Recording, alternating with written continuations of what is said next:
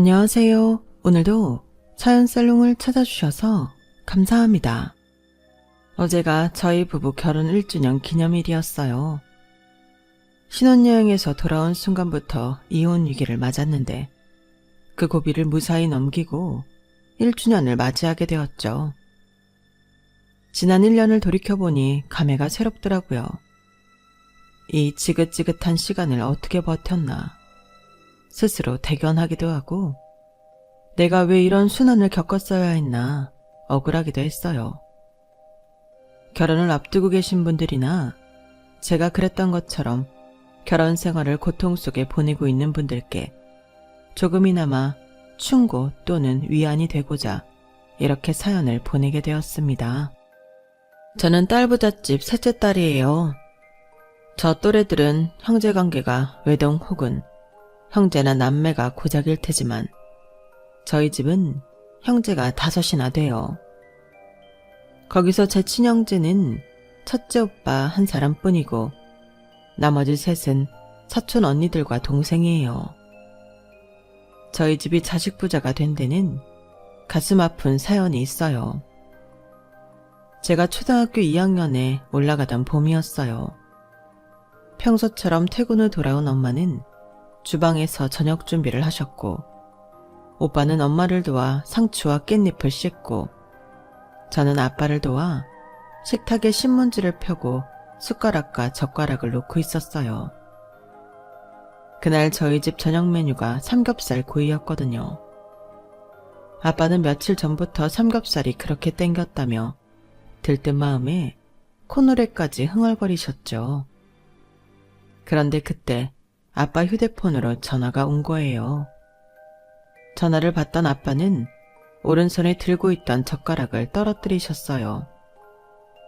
그리고는 참담한 표정으로 베란다로 나가 통화를 하셨고 통화를 마친 후에는 울먹이는 목소리로 그러셨죠. 형이랑 형수가 교통사고로 세상을 떠났대. 방금 전까지만 해도 화기애애했던 집안 분위기는 한순간에 초상집 분위기로 변해버렸어요. 그렇게 고대하던 삼겹살은 불판에 올라가지도 못한 채 우리 가족은 큰아빠와 큰엄마가 계신 병원으로 달려갔어요. 병원에 가보니 사촌 언니들과 막내 동생이 눈물이 범벅이 된 채 경찰 아저씨랑 함께 있더라고요. 동생들을 챙기느라 눈물을 꾹 참고 있던 사촌 언니는 저희 가족을 보자 참았던 눈물을 터뜨렸어요. 작은 아빠, 엄마랑 아빠가... 차마 말을 끝맺지도 못한 채 울먹이는 언니를 아빠는 꼭 안아주었어요. 그리고는 다 괜찮아질 거라고 언니를 안심시키려 하셨죠. 엄마는 저희 남매와 사촌 언니와 동생을 데리고 계셨고 아빠는 경찰과 함께 자리를 떠나셨어요.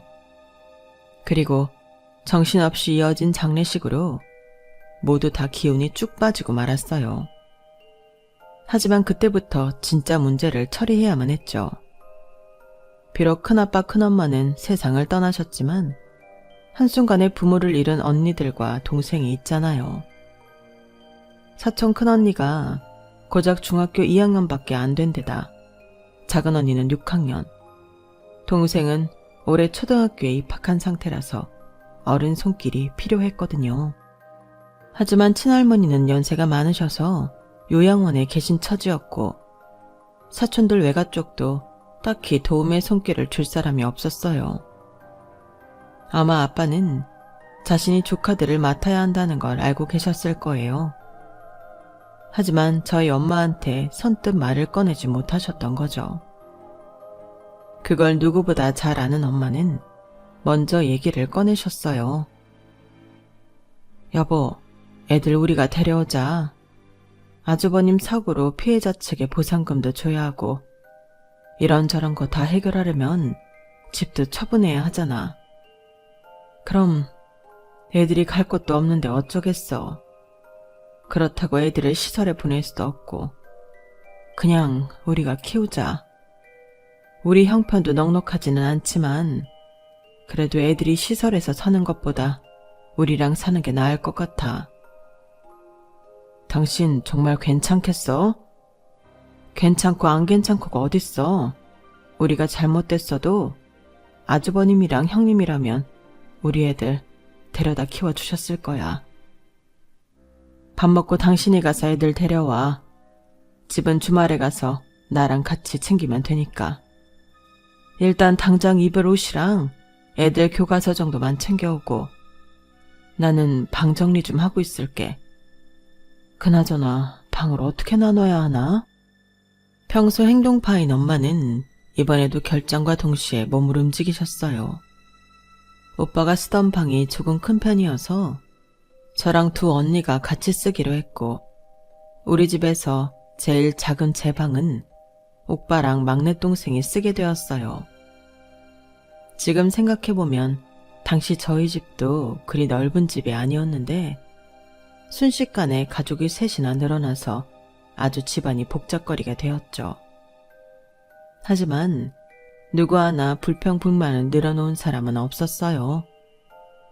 뭐 그랬다고 하더라도 엄마가 그 꼴을 가만 보고 계시지는 않았겠지만요.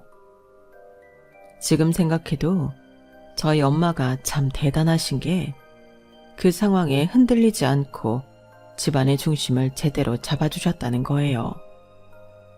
오히려 아빠보다도 더 가장 포스가 묻어날 정도로 말이죠. 그런데 엄마한테 고마웠던 아빠는 그 후로 엄마 말이라면 뭐든 오케이를 할 정도가 되었어요. 상황에 의해 하루아침에 한 집에 모여 살게 되었지만 그렇다고 모든 문제가 해결된 건 아니었어요.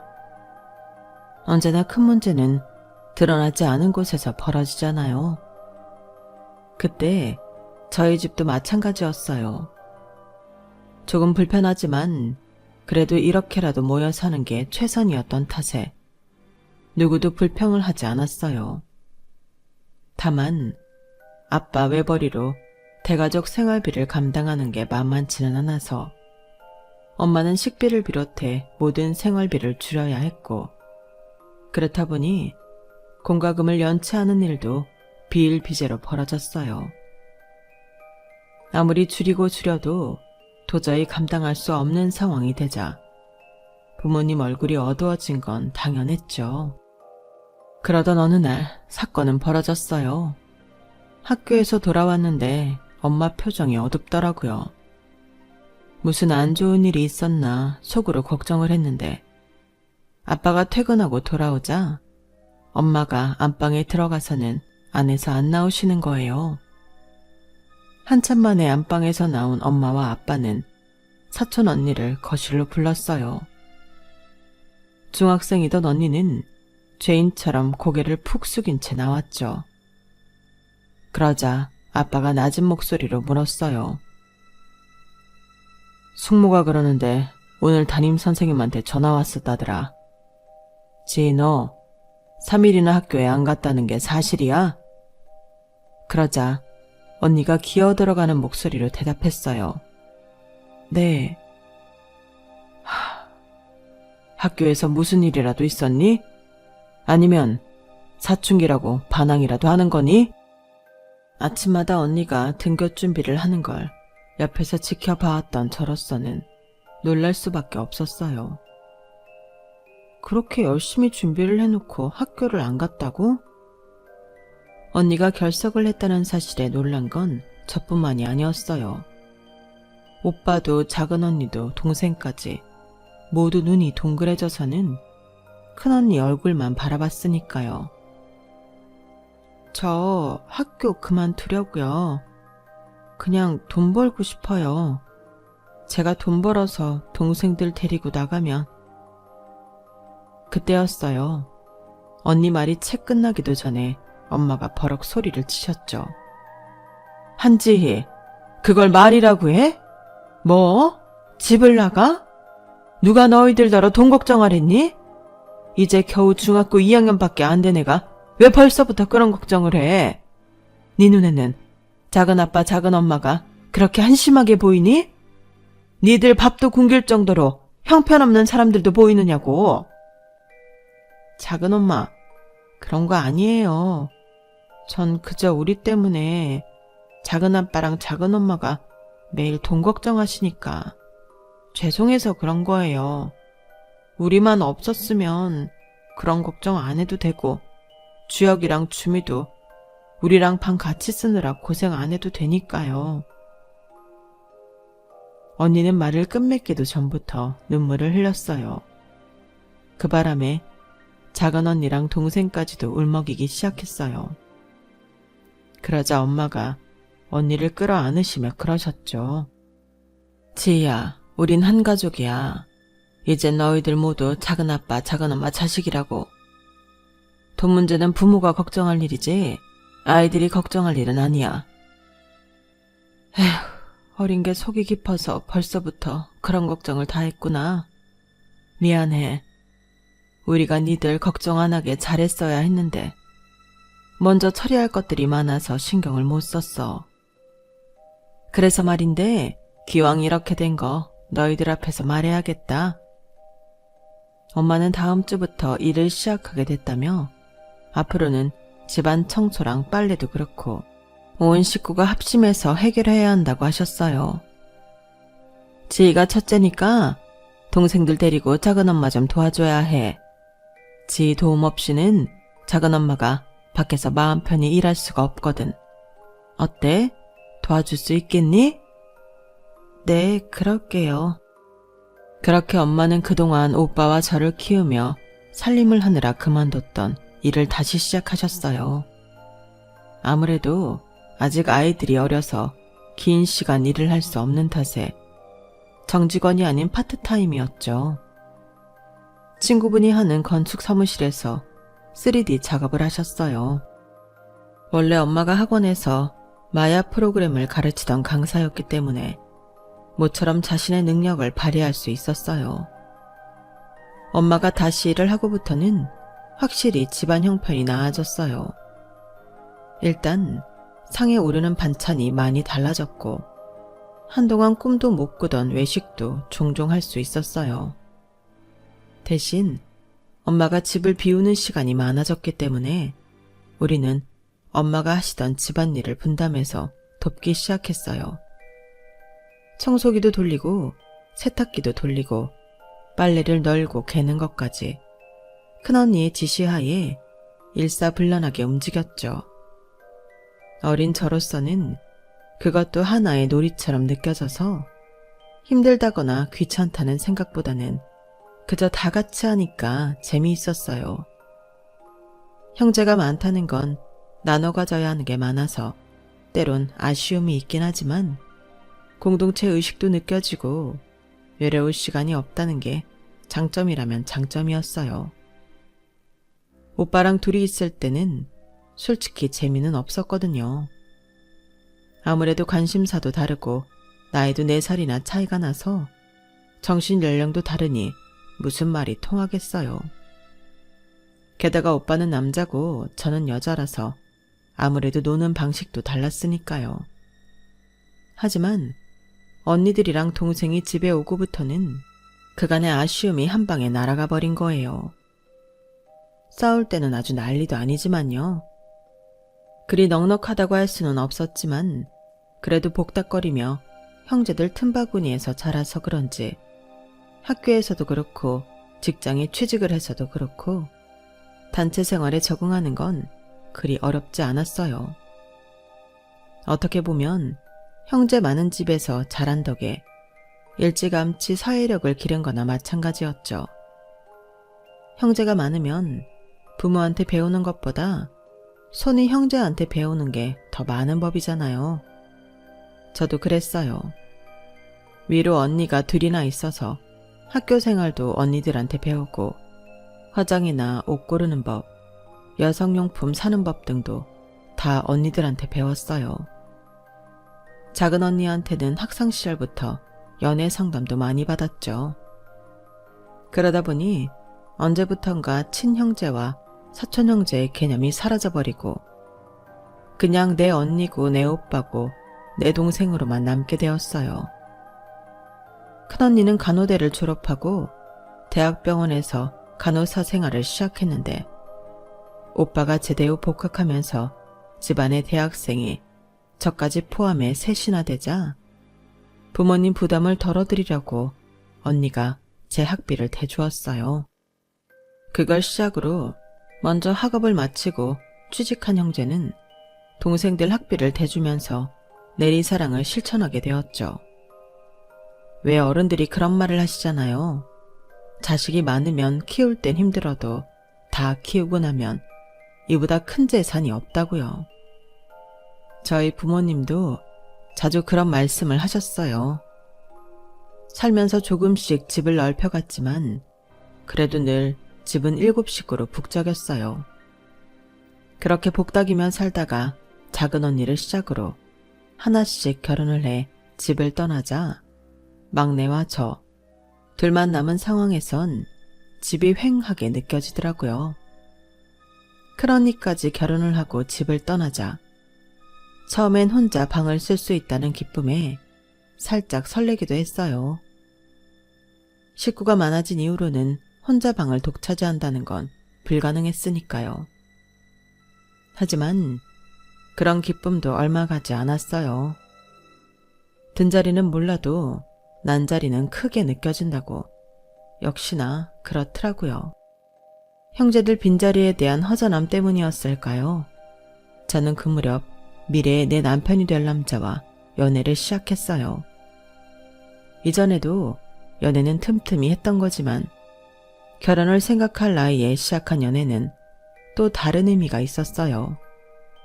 아무래도 결혼을 염두하고 사귀게 됐으니까요.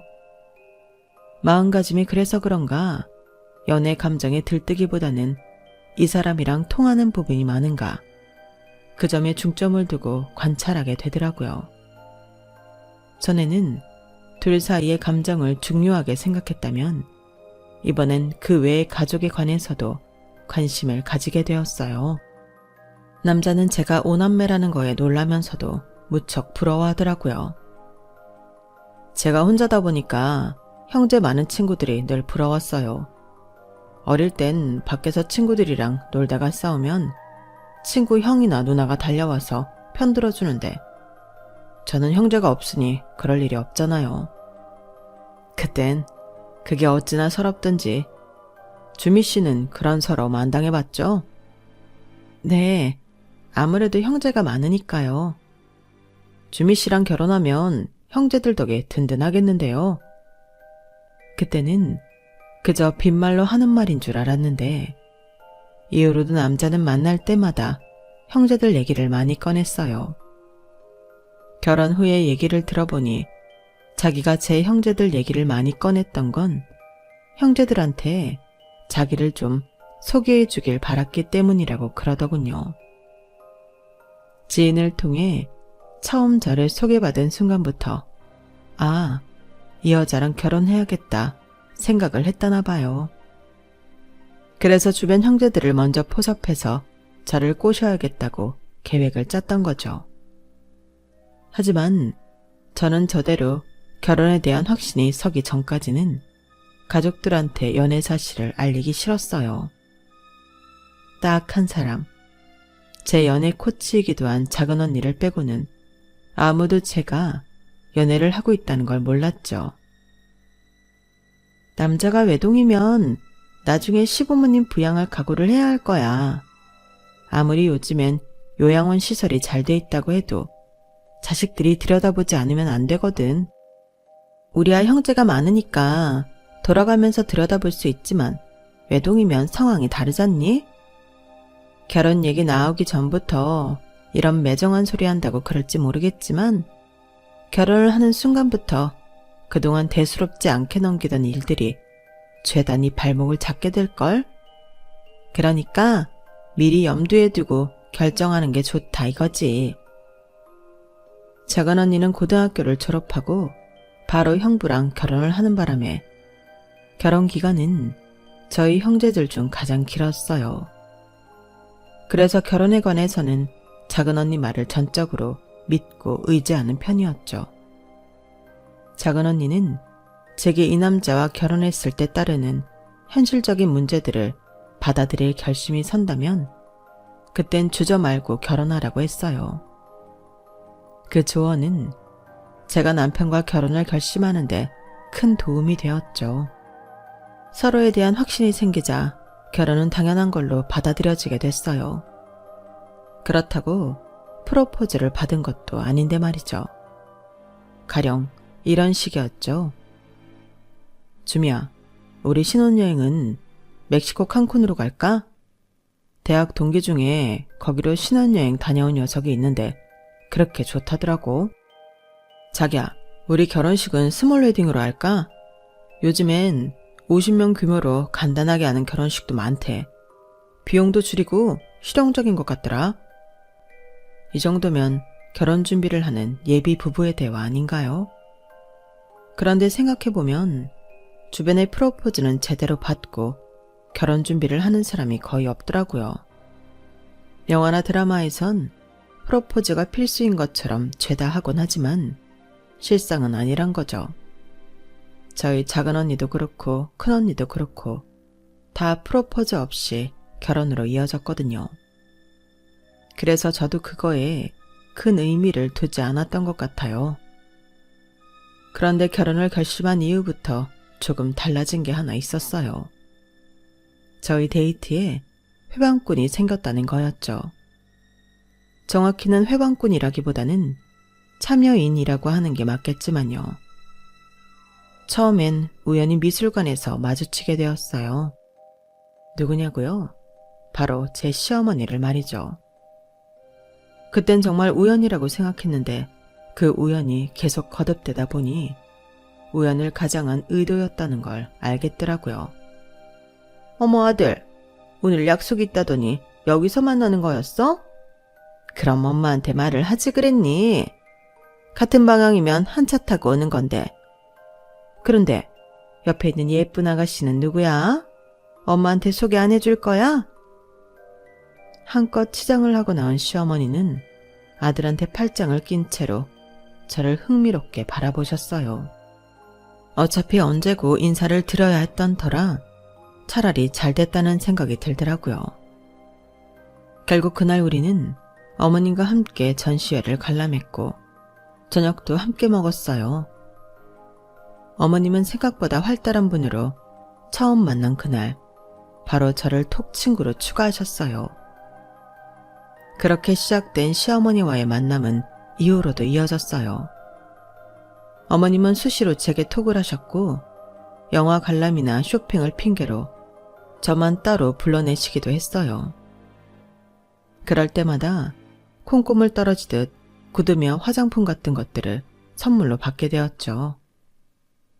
예비 시어머니와 결혼 전부터 가까워진 건 좋았는데 이게 시간이 지날수록 왠지 족쇄 같다는 생각이 들더라고요. 우리 훈이랑 내일 만난다며? 그래, 뭐하고 놀 건데? 엄마도 좀 끼워주면 안 돼? 엄마도 심심하단 말이야. 제게 애교까지 부리며 데이트에 끼워달라고 어찌나 야단이신지 몇 번은 할 수 없이 끼워드리기도 했는데 크리스마스 이브나 발렌타인, 화이트데이 때도 그러시니까 조금씩 짜증이 나더라고요. 그래서 하루는 작은 언니랑 통화하면서 그 얘기를 했더니 언니가 질색을 하는 거예요. 얘, 네 예비 시어머니 말이야. 좀 위험한 것 같은데? 아들에 대한 소유욕이 너무 강하잖아. 너 이 결혼 정말 괜찮겠어? 재훈 씨랑 만나는데 어머님이 철없이 같이 끼려고 하는 게 걸리기는 하지만 그래도 나한테 잘해주시긴 하거든. 따로 불러내서 선물도 사주시고 맛있는 것도 사주시고. 야 한주미, 내가 보기엔 너도 그게 가벼운 문제가 아니라는 걸 알고 있어. 왠지 알아? 네가 나한테 그 문제를 상의하는 것부터가 너 스스로 그게 거슬렸기 때문이니까.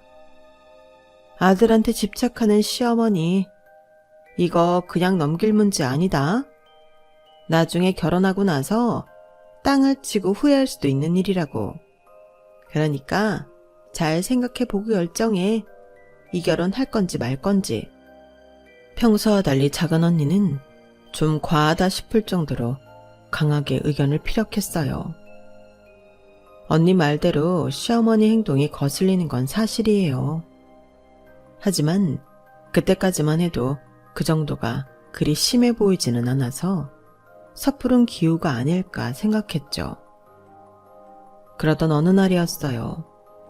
그날도 시어머니랑 뮤지컬을 보러 가기로 해서 외출 준비를 하고 있었죠. 약속 장소로 가기 전에 큰언니가 일하는 병원에 들러야 해서 마음이 급했죠. 사실 뮤지컬 표는 큰언니가 지인한테 받은 건데 언니랑 형부가 시간이 안 된다고 제게 주기로 한 거였거든요. 다행히 차가 안 막혀서 어머니가 약속한 장소에 늦지 않고 도착할 수 있었어요. 그래도 마음이 급해서 극장으로 허겁지겁 달려들어갔죠. 예, 그러다 넘어진다. 천천히 와. 무슨 큰일 났다고 그렇게 달려오니? 큰언니 병원에 들렀다 오느라 마음이 급해서요. 큰언니가 대학병원 간호사라고 그랬지? 네, 땡땡 대학병원 땡땡과요. 그러자 시어머니 표정이 순식간에 싸늘해졌어요. 불과 몇 초에 불과했지만 그 표정을 본 순간 온몸에 닭살이 돋을 정도로 살벌하더라고요. 하지만 이내 언제 그랬냐는 듯 평소 표정으로 돌아왔고 평소대로 행동하셔서 제가 잘못 본 건가 생각했어요. 그런데 뮤지컬 관람을 마치고 밥을 먹고 차를 마시면서 그러시는 거예요. 예, 우리 훈이도 아니? 네 큰언니가 땡땡 대학병원 간호사인 거? 아, 대학병원 간호사라는 것만 알아요. 그런데 그건 왜요? 아니다. 실은 훈이가 전에 사귀던 여자가 대학병원 간호사였거든. 이건 뭐 내 기우라고 할 수도 있는데 그냥 같은 직종에 있는 사람 얘기를 하면 전에 사귀던 여자 생각이 나지 않을까 해서 말이야. 내 아들이 그럴 리는 없겠지만 그래도 혹시 모르잖니? 그러니까 훈이 앞에서는 가급적 네 언니 직장 얘기는 안 하는 게 좋을 것 같다. 어머, 내가 너무 오지랖인가? 아니에요. 저 생각해서 이런 말씀도 해주시는 거잖아요. 명심하겠습니다. 딱히 공감이 되는 말은 아니었지만 그래도 같은 여자 입장에서 해주신 말이었기에 감사히 받아들였어요. 거기에 다른 의미가 있었다는 건 까맣게 모른 채 말이죠. 그리고 얼마 뒤 저는 혼전 임신을 하게 되었어요. 이미 양가 부모님께 인사까지 드리고 결혼 승낙까지 받은 터라 크게 문제 삼지 않는 분위기였어요. 특히 시댁은 제 남편이 외동이라서 하루빨리 손주가 생기길 바라셨던 터라 혼전 임신을 되려 축하해주는 분위기였어요. 제 임신 소식에 이어 몇 주 뒤 상견례 날이 잡혔어요. 그런데 하필 그날 큰언니는 병원 업무 때문에 참석을 못하게 됐지 뭐예요. 그래서 부모님과 오빠, 작은언니, 그리고 동생만 참석했어요. 그렇다고 해도 딸랑 3명뿐인 시댁에 비하면 2배나 되는 인원이었지만요. 이미 실혼집이며 예식장까지 다 결정지은 상황이라서 상견례에서는 화기애애하게 덕담을 주고받으며 식사를 하는 걸로 끝이 났어요. 그리고 2달 뒤 결혼식을 하게 되었어요. 상견례 때 저희 시부모님과 인사를 못했던 큰언니는 식에 앞서 먼저 인사를 드린다고 신랑 측 대기실로 갔어요. 그런데 잠시 뒤 신부 대기실로 돌아온 큰언니가 사색이 된 얼굴로 저를 붙잡고는 그러는 거예요. 주미야, 너 숨을 몰아쉬며 눈물 그렁한 얼굴로 저를 바라보던 큰언니는 힘겹게 말을 꺼냈어요. 너 이 결혼 꼭 해야겠어? 언니, 그게 무슨 소리야. 결혼식 당일에 그걸 말이라고 해? 너 정말... 내가 그날 어떻게든 왔어야 하는 건데. 주미야, 미안해. 언니가 괜한 걱정 때문에 그랬어. 미안해. 큰언니는 크게 낙담한 사람처럼 미안하다는 말을 하고는 대기실을 나갔어요. 다른 날도 아니고 결혼식 당일에 왜 저러나 야속하기도 했지만 워낙 상황이 급박하게 돌아가는 바람에 안 좋은 감정도 금방 잊고 말았어요. 결혼식은 별 탈 없이 잘 진행되었고 남편과 저는 작은 형부 차를 타고 공항으로 갔어요. 그리고 6박 7일간의 신혼여행을 마치고 한국으로 돌아왔죠. 먼저 친정에 들러서 인사를 드리고 이바지 음식을 챙겨 시댁으로 향했어요. 세상에, 요즘엔 이바지 음식 안 하는 집들도 많다는데 힘들게 뭐 이런 걸 준비해왔니? 암튼 잘 먹으마. 그래, 오늘은 여기서 자고 갈 거니? 그러자 남편이 끼어들었어요. 아니요, 집으로 가야죠. 피곤해서 씻고 바로 자려고요. 주미가 홀몸도 아니라서 많이 피곤할 거예요. 시어머니는 못내 아쉬워하셨지만 그땐 너무 피곤해서 어머님 기분을 따라드릴 처지가 아니었어요. 그래서 우리 신혼집으로 왔는데 세상에, 현관문을 열자마자 순간 집을 잘못 찾아왔나 했지 뭐예요. 현관부터 시작해서 벽에 걸린 액자, 주방 기구며 소파까지 처음 보는 것들로 채워져 있었어요. 안방 침대와 화장대까지 전부 말이죠. 자기야, 이게 어떻게 된 거야? 여기 우리 집 맞아? 이상하네. 호수도 맞고 번호키까지 맞는데 이게 왜 이렇게 된 거지? 혼수를 제가 언니들이랑 동생과 함께 발품 팔아가며 준비한 거라서 내가 잘못 알 리는 없었어요. 무엇보다 전체적인 집안 분위기가 너무 올드한 게 이건 다른 사람 손을 탄 게 확실했어요. 우리 신혼집 비밀번호를 아는 사람은 저희 언니들과 동생, 그리고 시어머니 뿐이었어요. 저도 몰래 이런 짓을 할 사람이라면 시어머니 한 사람뿐이다 싶었죠. 그래서 남편한테 시댁에 전화를 해보라고 했어요. 아무래도 어머님이 이러신 것 같다고요. 남편은 설마 어머니가 이런 쓸데없는 짓을 왜 하겠냐며 어머님께 전화를 했는데 이제 봤니? 어때? 우리 아들 마음에 쏙 들지? 엄마가 아들 취향을 누구보다 잘 알잖니. 저대 있던 건 너무 여자애들 것 같아서 좀 그렇더라고. 아니 엄마, 그래도 그렇지 주인도 없는 집에 들어와서 살림을 죄다 바꿔놓으면 어떡해요. 연락이라도 해주던가. 아니, 그것보다 우리 살 집을 왜 엄마가 꾸며요? 암튼 지금은 피곤해서 길게 얘기 못하니까 나중에 다시 전화할게요. 통화를 마친 남편은 미안해서 저랑 눈도 못 마주치더라고요. 자기한테 미안해서 어떡하지? 엄마가 이렇게 해놓으신 거래. 자기야, 정말 미안해. 내가 엄마한테 말해서 당장 예전대로 바꿔놓으시라 그럴게. 아, 진짜 엄마는 왜 쓸데없는 짓을 해가지고는 이를 키우냐. 솔직히 그 순간 아무 말도 하고 싶지 않았어요. 너무 기가 막혔거든요. 물론 어머님이 새로 해주신 가구며 가전제품은 죄다 최고급 제품들이었어요.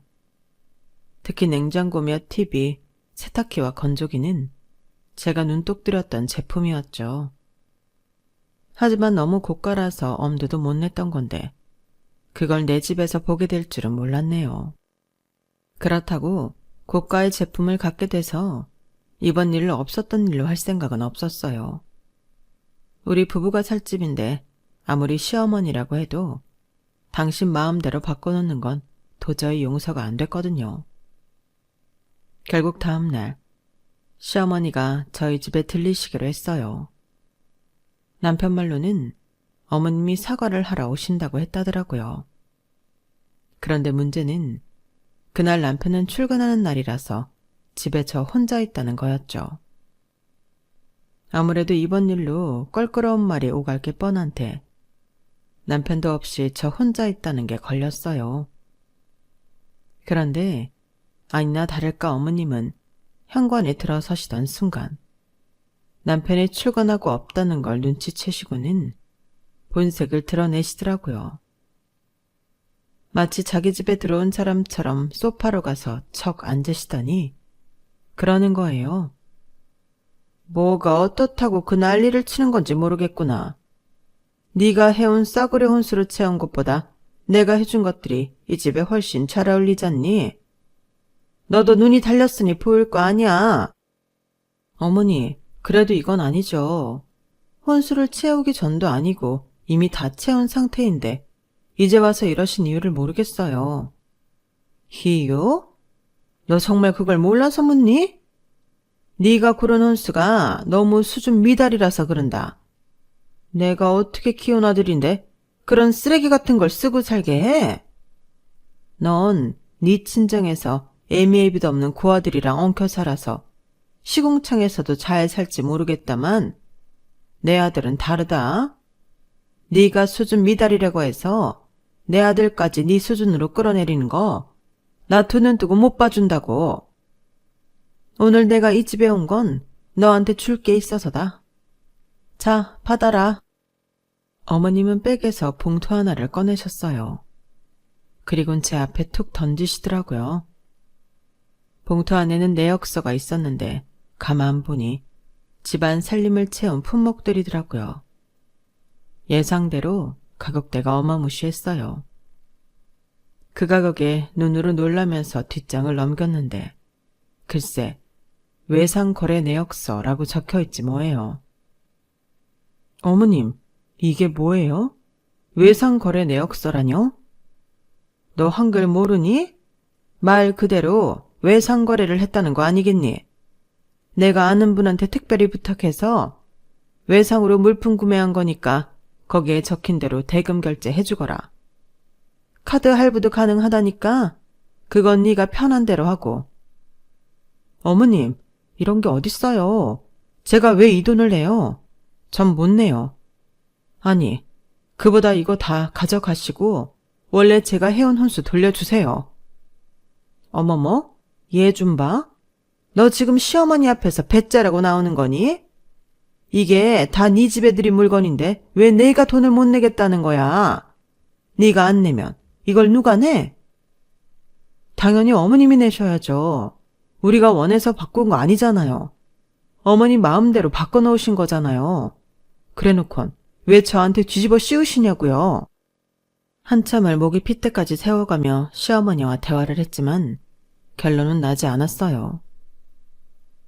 그렇게 실랑이를 하다가 어머님은 이달 말까지 처리하라며 화를 내고 가셨고 저는 남편한테 전화를 했어요. 하지만 신혼여행 때문에 휴가를 쓴 탓에 한창 일이 밀려 있어서 길게 통화를 할 수 없는 상황이더라고요. 그래서 퇴근 후에 얘기하자고 하곤 전화를 끊었죠. 그리고는 바닥에 놓인 외상 명세서를 내려다보는데 한숨만 나왔어요. 명세서에 적힌 금액은 한두 푼도 아니고 자그마치 1억 2천이었거든요. 제가 결혼할 때 7천은 신혼집 구하는데 보태고 예단비 800, 차 바꾸는데 2천 보태고 혼수 장만하는데 3천을 썼어요. 그런데 거기에 맘먹는 1억 2천을 더 내라니 기가 막혀서 말도 안 나올 지경이었죠. 거기다 어머님 태도도 문제였어요. 마치 저와 제 친정을 쓰레기 취급하듯 하셨으니까요. 상황이 이러하자 결혼식 날 큰언니가 했던 말이 떠오르더라고요. 그땐 언니가 돼서는 동생 결혼식 날 왜 이러나 야속하기만 했는데 아무래도 큰언니가 뭔가 알지 모른다는 생각이 들었어요. 마침 그날이 큰언니 오픈날이라서 언니한테 전화를 걸었어요. 그랬더니 큰언니가 제 이야기를 듣자마자 한숨을 푹 쉬고는 그러는 거예요. 실은 나 네 시어머니 알아. 몇 년 전에 병원에서 본 적이 있거든. 딱 한 번밖에 못 봤지만 내가 아끼던 후배랑 연관된 사람이라서 그 얼굴 똑똑히 기억해. 네 시어머니 제정신 아니야. 앞으로는 더하면 더했지 절대 나아질 사람 아니라고. 그런니는 자기가 아끼던 후배가 멀쩡히 사귀던 남자랑 파혼하고 정신과 치료까지 받게 된 얘기를 해주었어요. 처음엔 저한테 그랬던 것처럼 데이트 때 우연히 마주친 걸로 가장해서 툭하면 데이트를 방해하곤 했었대요. 그리곤 아들 몰래 따로 불러내서 꽤나 친근하게 쇼핑도 하고 영화 관람도 하면서 친분을 쌓고는 결혼이 본격적으로 진행될 초짐을 보이자 그때부터 사람 피를 말려가며 괴롭히기 시작했다고 하더군요. 여자의 외모 지적부터 집안 식구들 문제까지 들먹이면서요. 거기다 업체에 의뢰해서 알아냈는지 여자의 전 남자친구들까지 이용해서 한 사람을 정신 이상자처럼 몰아세우는데 결국 언니의 후배는 병원 일도 그만두고 정신과 치료를 받게 되었다고 했어요. 언니가 제 시어머니를 본 건 후배가 병원을 그만두기 전날이었어요. 시어머니가 사람들 앞에서 언니 후배를 마치 불륜녀인 것처럼 매도하며 욕설을 퍼붓는 걸 본 거죠. 그때 네 시어머니 눈빛을 보니까 온전한 정신이 아닌 것 같더라. 아들에 대한 집착도 강하고 무엇보다 아들 옆에 있는 여자에 대한 증오심이 너무 커 보였어. 그런데 그런 사람이 내 동생 시어머니라니. 생각 같아선 그날 결혼식장에서 널 데리고 나오고 싶더라. 너 정말 이 결혼 이어갈 수 있겠니? 네 시어머니 밑에서 참고 살 수 있겠냐고. 지금이라도 안 늦었어. 그깟 이혼 생각하기에 따라선 별것 아니라고. 큰언니는 자기가 아끼던 후배가 그랬듯이 제가 앞으로 더 큰 일을 당하게 될까봐 엄청 걱정을 했어요. 하지만 저는 언니랑 생각이 달랐죠. 잘못된 부분이 있다면 그걸 도려내는 게 맞다고 생각했거든요. 그래서 저 나름대로 대책을 마련해서 그 주 주말 남편과 함께 시댁으로 찾아갔어요. 그리곤 아버님 앞에 외상 명세서를 꺼내놓곤 대신 처리해 주십사 말씀드렸어요. 그러자 어머님이 억울하다는 듯 눈물까지 뚝뚝 흘리며 연기를 하시지 뭐예요. 야, 너 또 왜 이러니? 너 왜 자꾸 이랬다 저랬다? 그럴래? 나한테 그날 뭐라 그랬니? 가전제품도 그렇고 가구도 그렇고 너무 갖고 싶었던 거라고 고맙다고 그러지 않았어. 내가 돈 내겠다고 하는 것도 네가 싫다고 명세서까지 챙긴 거잖니. 그래놓고 어쩜 사람을 이렇게 모함할 수가 있니? 여보, 나 정말 억울해요. 아들, 엄마가 너무 억울해. 네 처 임신 때문에 호르몬이 불균형해서 그런가? 아무래도 정신이 온전치 않은 것 같구나. 그 말에 헛웃음이 났어요. 아, 지금까지 제 남편 옆에 있던 여자들한테 어머님이 이렇게 해오셨구나 하는 생각이 들더라고요. 어머님, 저 멀쩡해요. 이상한 건 어머님이시죠. 그리고 그걸 증명할 방법도 있고요. 어머머, 얘 말하는 것 좀 봐. 여보, 내가 며느리한테 이런 꼴을 당해야겠어요? 당신이 따끔하게 한마디 해주세요. 어머님은 울먹이며 아버님 팔에 매달렸고 그 사이 저는 가방에서 몰카 렌즈를 꺼내 아버님께 내밀었어요. 어머님이 저희 집에 몰카까지 설치하셨더라고요. 모르긴 해도 어머님 휴대폰에 그 앱이 설치돼 있을 거예요. 자기야, 어머님 휴대폰 좀 봐줄래? 그 말이 떨어지자마자 남편은 어머님 휴대폰을 집어들었어요. 그러자 어머님이 기겁을 하며 제 남편 팔을 잡더군요. 아들, 그거 당장 내놔. 어서! 방금 전까지 울고불고 세상 억울한 척을 다 하던 어머님은 표정까지 싹 바뀌어서는 표독스럽게 아들 팔을 잡고 늘어졌어요. 하지만 30대 건장한 아들의 힘을 당해내지는 못하셨죠. 남편은 어머님 휴대폰을 켜서 앱을 찾아냈고 거기에 보관된 파일 하나를 재생했어요. 거기엔 며칠 전 저희 집에 찾아와 제게 퍼부었던 말이 고스란히 들어있었죠. 이래도 발뺌하시겠어요? 그리고 어머님, 아무리 부모 자식간이라고 해도 몰카를 설치하는 건 불법이에요. 심지어 저희 집 안방이랑 욕실에까지 설치하셨더라고요. 도대체 왜 그러신 거예요? 말씀 좀 해보세요. 내가 설치했다는 증거 있니? 증거 있냐고?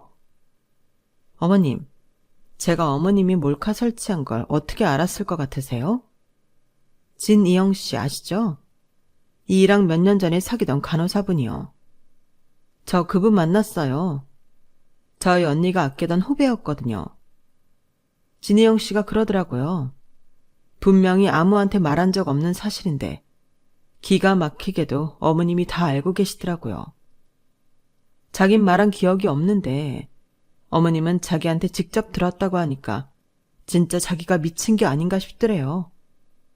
그래서 정신과 상담도 받고 결국 이랑 파혼까지 했고요. 그런데 헤어지고 나서 이사를 하려다 알게 된 거예요. 이게 다 어머님이 꾸민 짓이란걸요. 이삿짐 센터 사람이 집안 곳곳에 설치된 몰카를 발견했거든요. 그분이 그랬어요. 집에 가서 몰카 설치된 게 없는지 확인하라고요. 그래서 찾아봤더니 진짜 집안 곳곳에 설치돼 있더라고요. 그런데도 아니라고 하시겠어요? 남편은 이미 저를 통해 상황을 전해 들었던 터라 딱히 놀라지는 않았지만 아버님은 무척이나 충격을 받으신 모양이었어요. 이 와중에도 어머님은 이게 다 제가 꾸민 거짓말이라며 아버님 앞에서 악어의 눈물을 흘리셨죠. 그 일이 있고 얼마 뒤 아버님은 어머님을 병원에 입원시키셨어요. 정신과 상담을 받았는데 상태가 많이 안 좋아서 입원 치료가 불가피했거든요. 아들에 대한 집착과 피해망상, 그 밖에 여러 가지 복합적인 증세가 뒤엉켜서 도저히 평범한 생활이 불가능할 정도였거든요. 그제야 그동안 집에서 일어났던 원인 불명의 이상한 일들이 모두 어머님 짓이었다는 게 하나둘 밝혀지기 시작했어요. 아버님은 이게 다 자신 때문이라고 그러시더군요. 시할머니께서 살아생전에 저희 시어머니를 많이 괴롭히셨는데 아버님은 그걸 알고도 모른 척 하셨대요. 아내와 어머니 사이에서 누구 한 사람 편을 들 수 없으니 차라리 외면하자 싶으셨던 거죠. 그리고 그 상처는 어머님 가슴에 병을 만들어버린 셈이었죠. 어머님이 외상으로 사들인 저희 집 물건은 아버님이 대신 대금을 내주셨어요. 반 정도는 저희가 부담하겠다고 했지만 아버님이 한사코 만류하시더라고요. 대신 나중에라도 어머님에 대한 미움이 조금 가시거든 면회라도 한번 가달라고 하셨어요. 그래서 흔쾌히 그러겠다고 말씀드렸죠. 따지고 보면 어머님의 병은 외로움이 만든 병이 아닐까 생각해요. 그래서 임신 안정기에 들어서면 남편과 함께 어머님을 찾아뵐 생각이에요. 마음에 상처를 주는 건 사람이지만 그 상처를 치유하는 것도 사람이라고 믿거든요. 어머님의 상처가 완전히 사라지지는 않겠지만 그래도 가족의 사랑을 통해 조금씩 아물어가기를 기대해 봅니다.